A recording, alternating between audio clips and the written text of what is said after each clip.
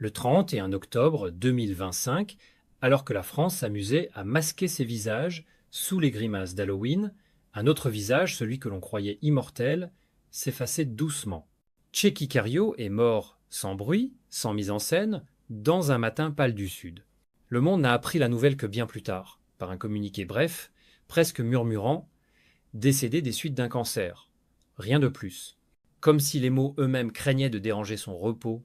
Ceux qui l'avaient connu n'ont pas été surpris de cette discrétion. Il avait toujours préféré les marges à la lumière, le murmure à l'éclat, la vérité du silence à la vanité du bruit. Il vivait depuis plusieurs années dans une maison isolée, quelque part entre les Alpilles et le Luberon, loin des plateaux, des flashs et des tapis rouges. Son existence y suivait le rythme lent des saisons. Lecture au petit matin, promenade parmi les oliviers, musique en sourdine, lettres qu'il n'envoyait jamais, certains voisins ignoraient jusqu'à son nom. Il disait simplement « C'est un homme poli, un peu fatigué, qui lit beaucoup ».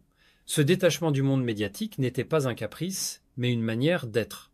Il s'était toujours senti étranger aux apparences, conscient que l'art ne se confond pas avec la gloire. Ces dernières années avaient été marquées par une lente extinction, pas une agonie spectaculaire, mais un effacement choisi. Les rares visiteurs qu'il recevait évoquaient une paix étrange dans sa voix, une douceur nouvelle, presque enfantine. Il savait, dira plus tard, une amie comédienne, mais il ne voulait pas inquiéter. Il voulait que la vie reste simple, même à la fin. Le matin de sa mort, une tasse de thé encore tiède trônait près de son fauteuil. Dans un carnet ouvert, on pouvait lire d'une écriture tremblante « Merci pour la vie », une phrase courte, mais qui résumait tout, gratitude, lucidité, acceptation. Il n'y eut ni ambulance sous les flashs, ni pleurs théâtraux. Juste le souffle du vent d'automne, les feuilles qui se détachaient lentement et la lumière dorée d'un jour qui ressemblait à tous les autres. Ceux qui ont vu son visage ce matin-là disent qu'il semblait encore jouer non pas un rôle, mais la plus belle scène, celle de disparaître en paix. Ainsi s'éclot le dernier acte d'un homme qui avait toujours su qu'il faut savoir partir comme on a vécu, avec pudeur. Tchéky Karyo est né à Istanbul le 4 octobre 1953 sous le nom de Baru Tchéky Karyo. Son enfance se déroule entre les langues, les sons, les parfums mêlés d'Orient et d'Occident. Son père, turc d'origine séfarade, et sa mère, grecque, l'élève dans un monde où les cultures s'entrechoquent doucement, mais où plane déjà le spectre du déracinement. Très tôt, la famille quitte la Turquie pour Paris, fuyant les tensions et cherchant un avenir plus stable. Là, dans un quartier populaire, le jeune Baru découvre la rudesse de l'exil. Entre la nostalgie des origines et la nécessité de s'intégrer, il apprend à se taire, à observer, à écouter les silences du monde. Ses parents se séparent alors qu'il n'est encore qu'un enfant. Cette rupture imprime en lui la marque d'une fracture intime, celle d'un être toujours entre deux rives. Paris devient son port d'attache, mais Istanbul reste une présence intérieure, une mémoire de lumière et distance. Ce tiraillement, loin de l'affaiblir, façonnera sa profondeur d'âme. Il parlera plus tard de cette blessure identitaire comme d'un moteur de création, une source d'émotions inépuisable. C'est au lycée qu'il découvre le théâtre, par hasard, en remplaçant un camarade malade dans une pièce scolaire. Ce jour-là, dit-on, il sentit pour la première fois qu'il existait vraiment lorsqu'il incarnait quelqu'un d'autre. Encouragé par un professeur, il tente le Conservatoire national supérieur d'art dramatique. Il y est admis et y forge les armes de sa future carrière. Une voix grave, une diction lente, un regard qui ne triche pas. Ce mélange d'intériorité et de retenue deviendra sa signature. Sur scène, il ne cherche jamais à séduire, il habite les silences. Ses camarades parlent d'un jeune homme déjà vieux, habité par une gravité qu'on ne rencontre pas à cet âge. Pourtant, dans l'intimité, il pouvait être drôle, généreux, presque enfantin. Loin d'être un simple apprentissage, ces années au conservatoire furent pour lui une métamorphose. L'exilé devenait comédien. L'enfant déraciné apprenait à se réinventer dans chaque rôle. Entre deux répétitions, il lisait beaucoup. Camus, Pessoa, Rilke. Ces auteurs lui parlaient d'errance, d'identité, de solitude, des thèmes qui deviendront les fils rouges de toute sa carrière. Lorsqu'il rejoint la troupe du Théâtre national de Strasbourg, il a déjà cette intensité qui fascine et met mal à l'aise à la fois. Son visage ne ment pas, son regard brûle, Les metteurs en scène le remarquent vite, il n'est pas un acteur de surface, mais un homme d'abîme. C'est ce mélange d'étrangeté et de sincérité, forgé dans l'enfance du déracinement, qui fera de Tchéky Karyo un artiste à part.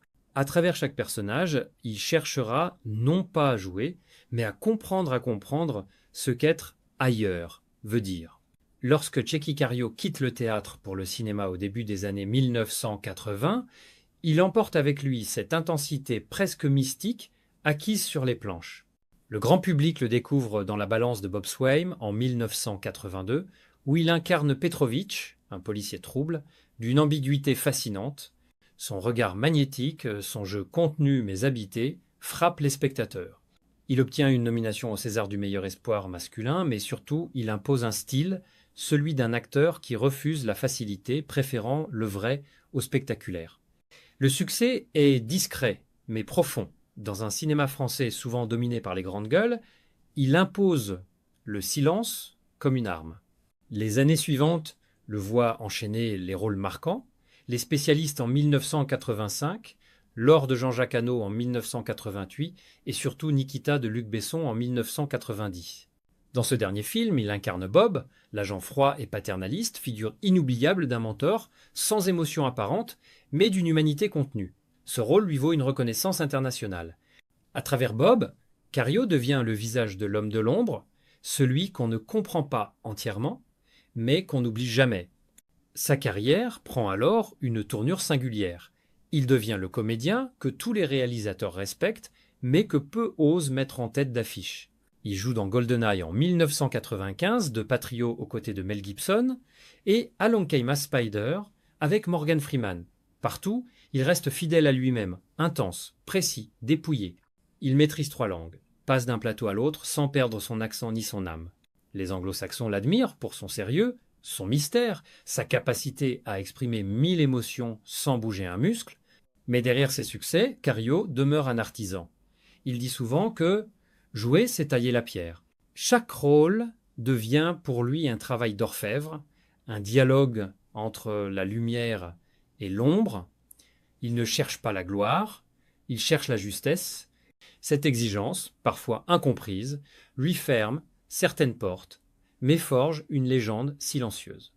En coulisses, les techniciens racontent sa concentration presque religieuse avant chaque scène, un souffle lent, les yeux clos, comme s'il priait.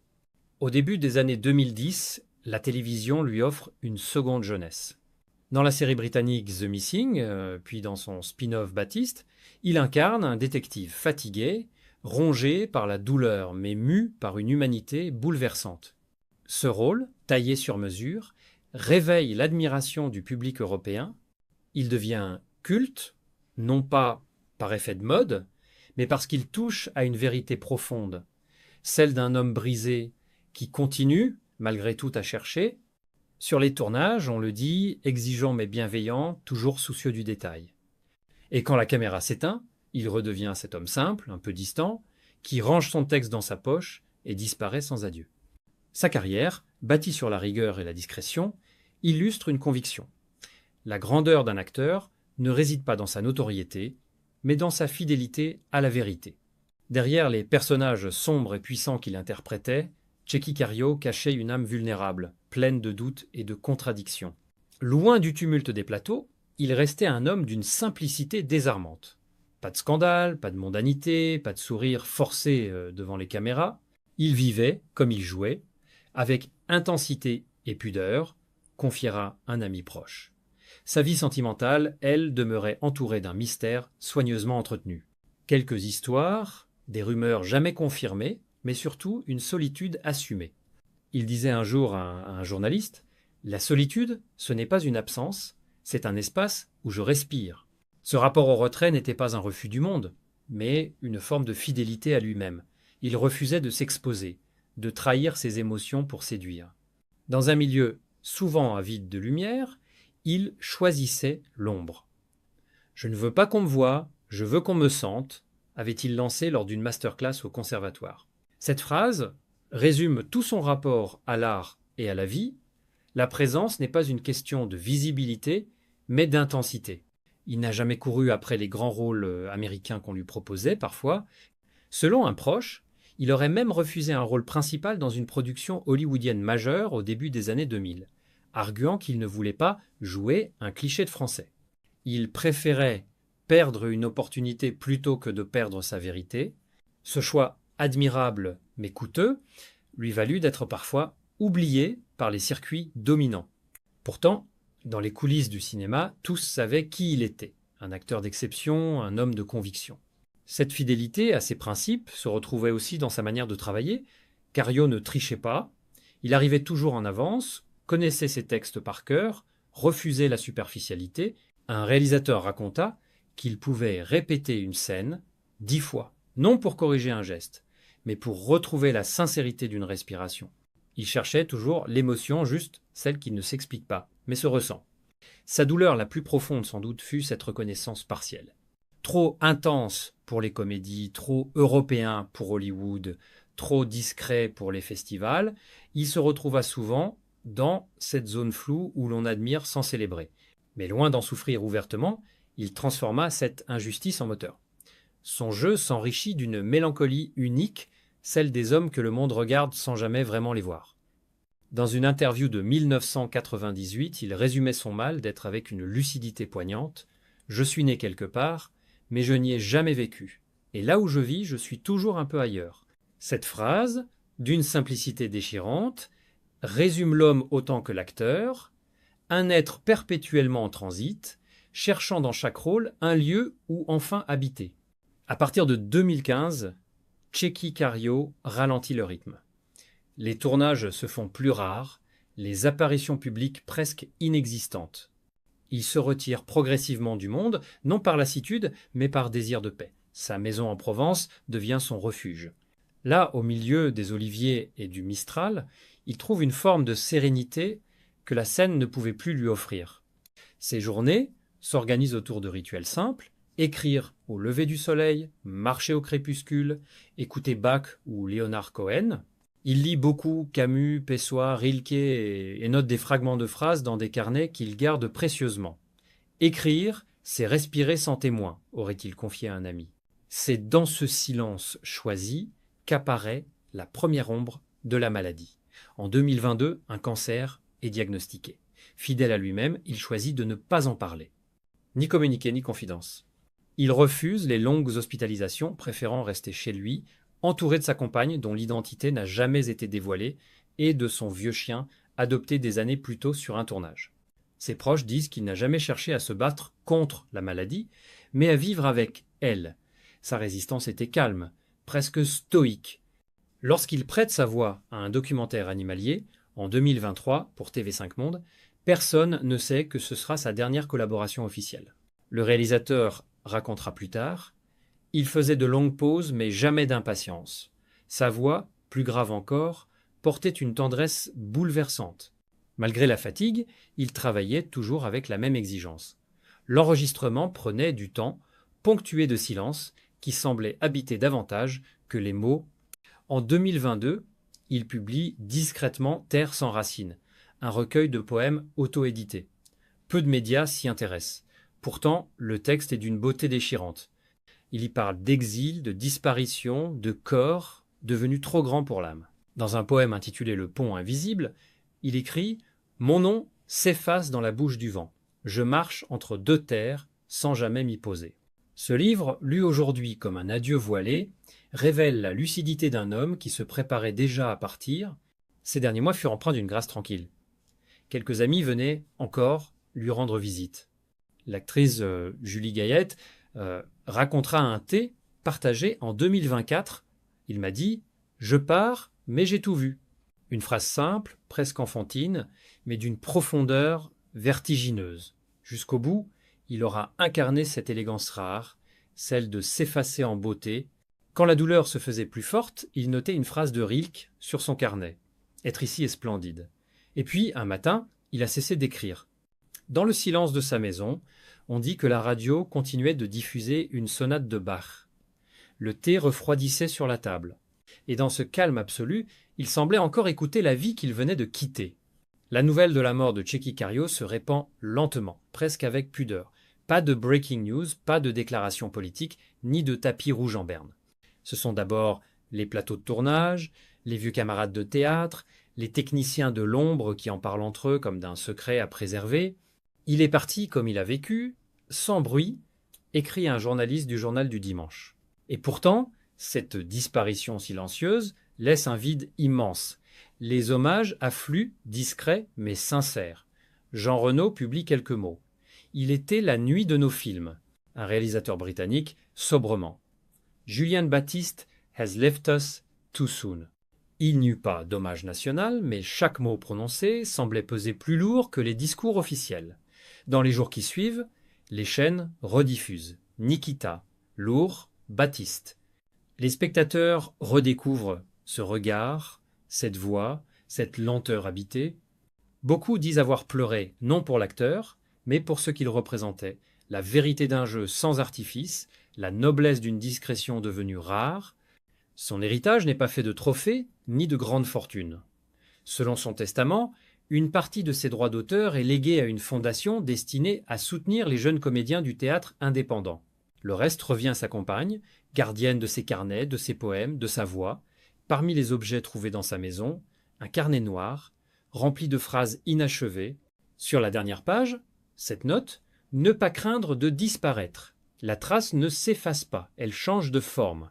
Dans le monde du cinéma, sa mort provoque une réflexion plus large. Peut-on encore être un artiste dans le silence, à l'heure des écrans permanents? Cario prouve que oui. Sa force résidait dans le refus du spectacle, dans cette manière d'habiter chaque regard comme un secret partagé. Il n'a jamais joué pour séduire, mais pour comprendre. Et cette sincérité, paradoxalement, le rend éternel. Dans les écoles d'art dramatique, on cite déjà ces interviews, ces phrases sobres devenues presque philosophiques. Le comédien doit disparaître pour que le personnage respire. Sa carrière, longue de plus de 100 films, reste un modèle d'humilité et de rigueur. Pour beaucoup de jeunes acteurs, il est devenu un repère. Celui qui prouve que la profondeur ne fait pas de bruit. Aujourd'hui, il repose quelque part entre les collines du Luberon, dans ce paysage qu'il aimait tant. Aucun monument, aucune statue. Seulement le chant du vent dans les oliviers et la lumière du sud. Là où les ombres ne sont jamais tout à fait noires. Car même dans la mort, Tchéky Karyo continue d'éclairer les marges avec la même intensité silencieuse qui avait fait de lui un acteur à part. Tchéky Karyo, acteur franco-turc d'une intensité rare, s'est éteint en 2025 dans le silence qu'il avait toujours choisi. Né entre deux cultures, il fit de cette dualité la source de son art, un jeu intérieur, d'une vérité brute. De Nikita à Baptiste, il incarna les figures de l'ombre avec une humanité bouleversante. Refusant les artifices, il préféra la sincérité à la gloire.